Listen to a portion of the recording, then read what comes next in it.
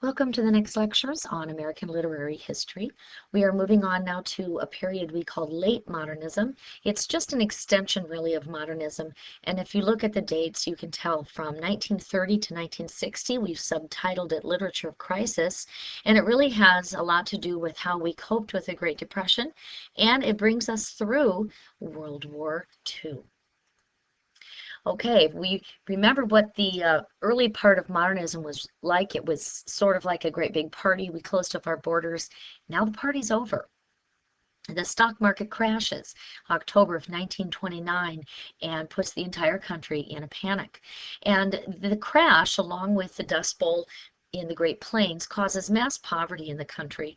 And we have families who are traveling, losing their homes and traveling across country, literally wearing rags, children with distended bellies, trying to seek work in other parts of the country, many of them finding their way to California in the form of migrant workers. And this one picture that you can see here is a very famous picture. Both of them are by photographer Dorothea Lange. And this one is entitled The Migrant Mother, and this picture itself has become really the face of the Depression. Interesting fact, this woman, she looks rather old and haggard. She's actually only about 32 years old, so the tragedy of the Depression really took its toll on her. Well, because of the Depression, people began to develop new ideas about the role of government in their lives. Up until this time, government was supposed to sort of stay in the background, and people started to realize maybe we need to rely on the government. Maybe the government has something that it can do to help us. And so President Franklin Delano Roosevelt, FDR, instituted a plan called the New Deal, and it was a plan of recovery for the nation, and many elements of the New Deal are still in place today, and you'll learn definitely more about that in your history class. One of the elements of the New Deal was something called the Works Progress Administration, and it was basically, again, the government getting involved in creating jobs.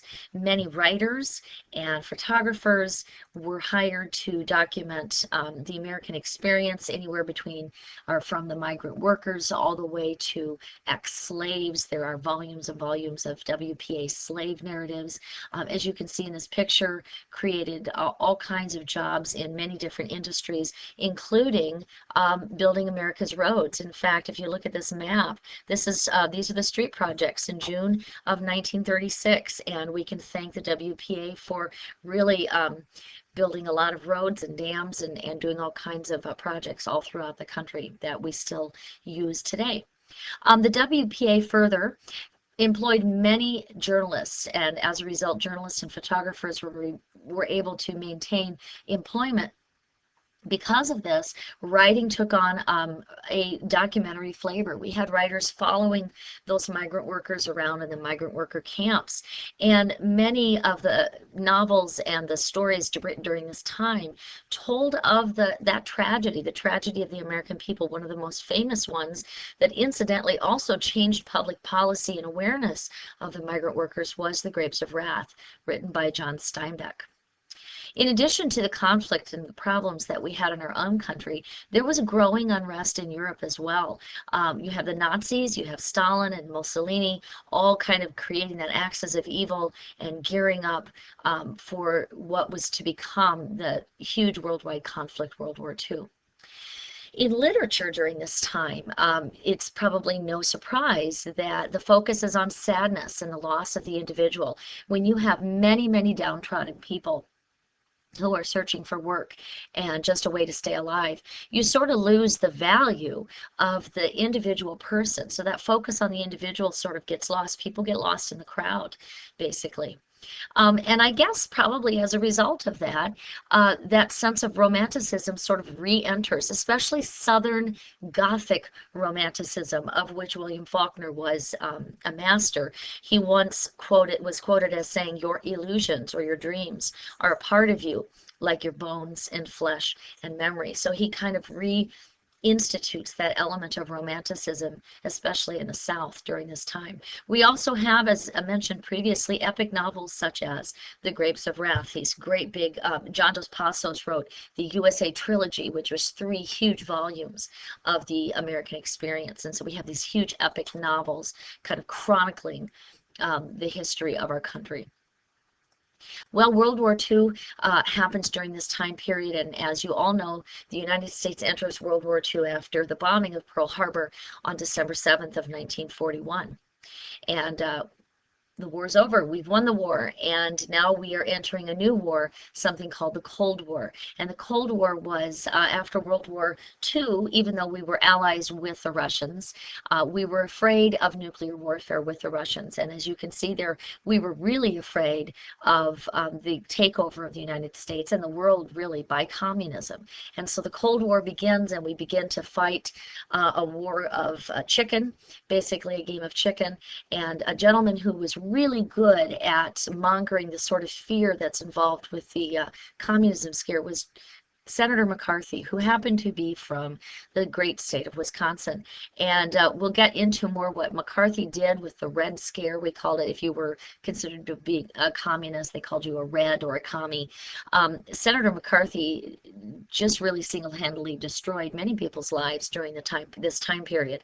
We'll talk more about it when we read The Crucible later on, because it's actually, believe it or not, very closely related to that element. But there is that sense of fear during the Cold War and the Red Scare. However, here we are, we enter into the 50s and the 60s, and prosperity at last. We've made it through a major world conflict, and World War II actually served to get us out of the Depression, and now we have become, once again, a happy and prosperous nation. The literature during the time of this period after the war focused on a trend in poetry and stories that did focus on personal experiences. So in this time period, we have really an interesting dichotomy. We have the earlier part of the time period focusing on the loss of self, and then the later part of the time period really wanting to draw us into those personal memories and those childhood experiences. And so we have very famous authors such as Harper Lee writing To Kill a Mockingbird right on the edge of this time period. And that's a story, along with many other short stories and novels, that focused on those personal experiences, those childhood memories. And lastly, the authors of the time include John Steinbeck, there he is, who wrote The Grapes of Wrath. We have, as I said before, John Dos Passos, who wrote the USA Trilogy. William Faulkner, there he is, who wrote just a plethora of novels set in the South and the struggles that were unique really to that little tiny, what he liked to call postage stamp of the world. Thomas Wolfe was writing during this time, playwright Eugene O'Neill, and there Harper Lee. Now, of course, as always, there are many, many other authors that were writing during this time.